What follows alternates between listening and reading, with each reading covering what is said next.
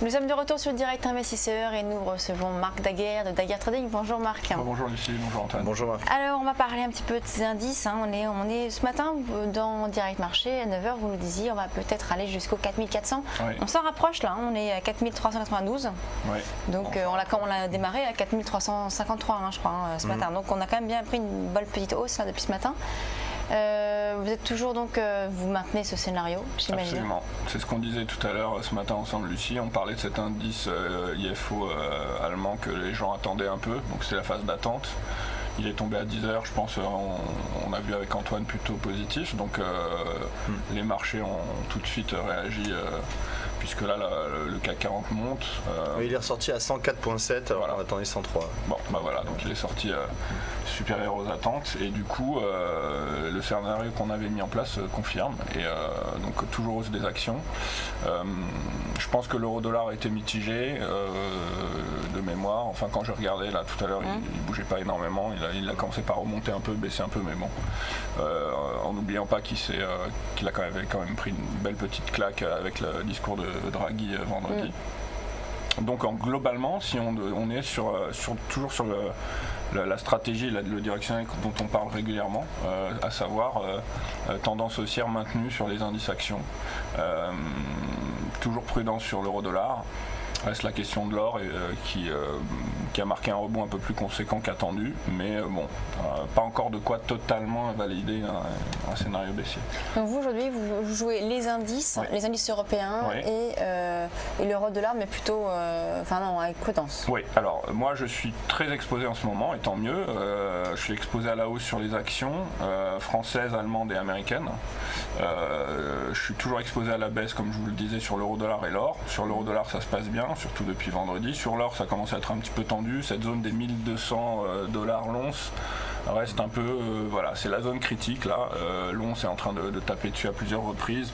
On le voyait ensemble avec Antoine, ça correspond à peu près à quelques points, à quelques dollars près à la fameuse zone de support précédente qui avait fini par être enfoncée. C'était 1180. C'était 1180. Donc on tourne un peu autour, plus ou moins 20 $, et en se demandant ce qui va se passer. Donc je pense que sur l'or, il faut rester prudent. Je conseille à ceux qui sont exposés dessus d'attendre. S'ils sont baissiers, de peut-être s'alléger si on devait vraiment dépasser les 1220. En revanche, pas d'inquiétude outre mesure par rapport à ça. Alors concernant les actions un petit peu, vous avez dit que vous étiez assez exposé indices et actions. Sur quelles actions, rappelez-nous un petit peu sur quelles actions vous êtes exposé. Je me suis pas mal allégé ces derniers temps avec la hausse qu'il y a eu, et notamment, on en parlait tout à l'heure hors studio, mais effectivement 2 très bons coups que j'avais réussi à sentir sur CGG.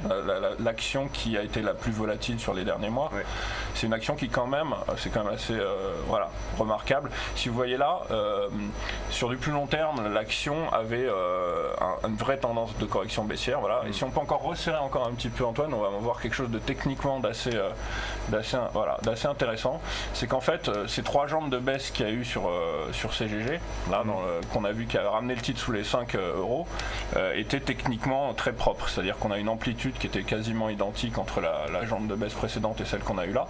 Et le rebond qui a eu lieu a donné suite à 3 reprises à une clôture des cours au-dessus de 20%. On parle là de l'action. Donc on sait tous que c'est quand même des chiffres qui sont assez phénoménaux. Même si l'action cote est très volatile et cote assez bas, c'est vrai que quand on cote autour des 5 €, on prend plus facilement 20% que quand on cote à 110. Mais c'était une action qui a été en plus un des titres les plus traités sur les derniers mois, en vue à la fois des news qu'il y avait dessus et du contexte. Bon, donc ça, on est sorti de CGG, mais on est encore sur Danone, Airbus et Total à la hausse.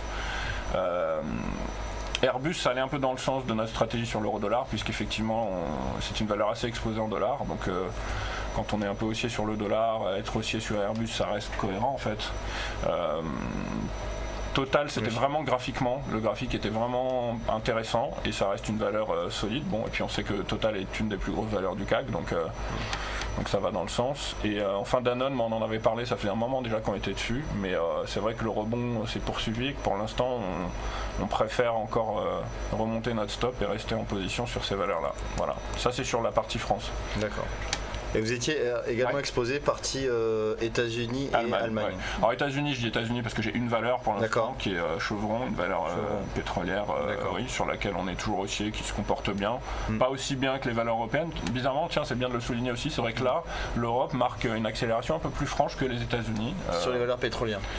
Même en général, même les indices et les actions en général ont pris un peu plus que les indices américains qui eux sont plus solides sur la durée. Mais là, si on parle à très court terme, donc je suis exposé sur Chevron et en Allemagne sur BASF et Daimler.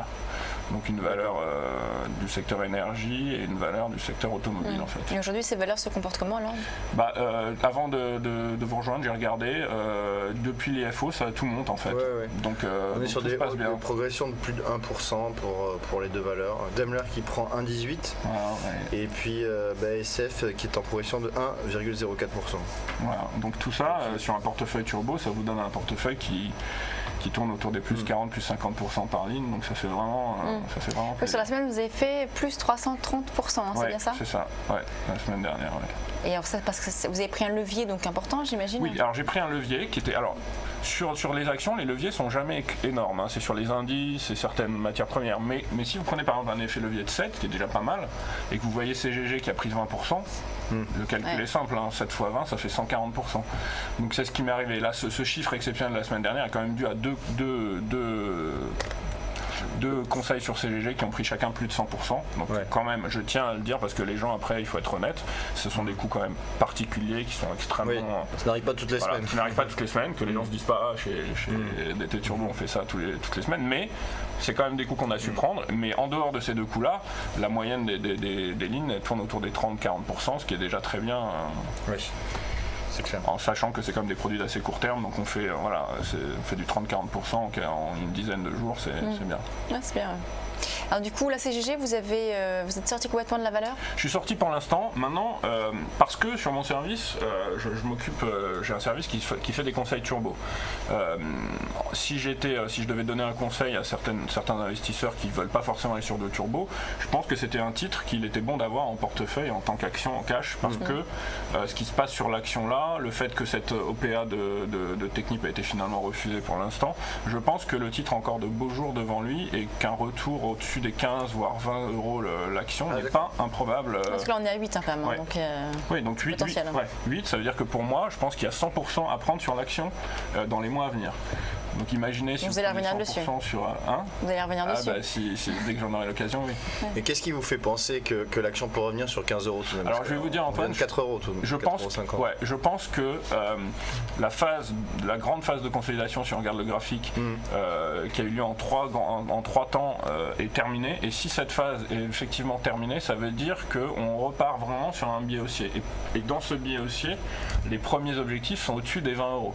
Puisque si vous resserrez le graphe et que vous prenez d'un peu plus longtemps, on va voir qu'on vient effectivement de beaucoup plus loin et que ce point-là que j'attendais, si vous regardez tout en haut, là, quand on était au-dessus des 45, est-ce qu'on pourrait avoir le graphique? Parce que là, je pense visuellement que vous êtes en linéaire, alors je ne sais pas si vous avez... En candle. En candle, mais est-ce que vous avez moyen de le mettre en logarithmique ou pas? Parce que si on l'a en logarithmique, on va voir de façon encore un peu plus pertinente. Voilà. Là, vous voyez en logarithmique, qu'est-ce que vous voyez là sur les trois jambes, si vous suivez depuis le plus haut, là, c'est que cette jambe-là de baisse, Antoine, qu'on a eu depuis les 45 jusqu'en bas, celle-ci, voilà, celle-ci, si vous reportez l'amplitude au sommet que vous avez là, après, un peu en dessous des 30 euros, qui était le sommet de la dernière vague de baisse, si vous reportez cette amplitude, tenez, faites-le comme ça. Je pense que vous devez être à très peu de choses près.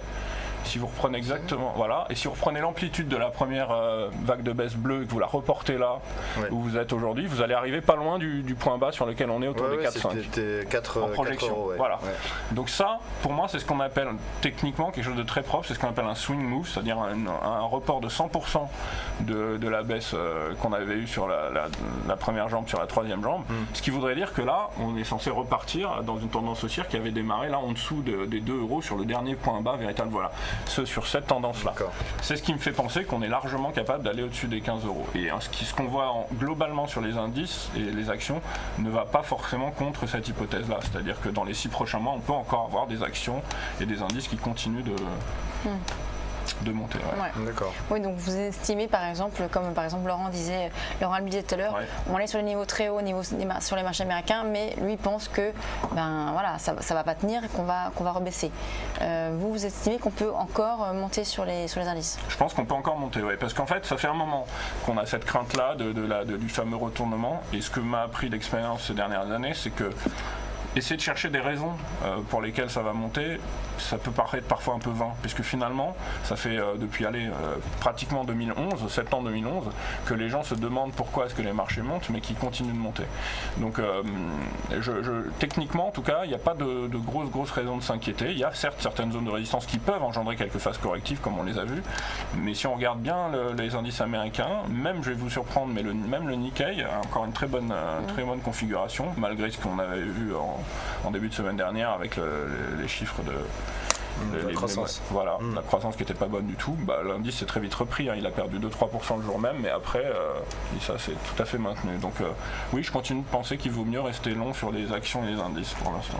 Merci beaucoup Marc Daguerre, de Daguerre Trading. Merci. On va marquer une très courte pause et on se retrouve tout de suite pour la suite de Direct Investisseur.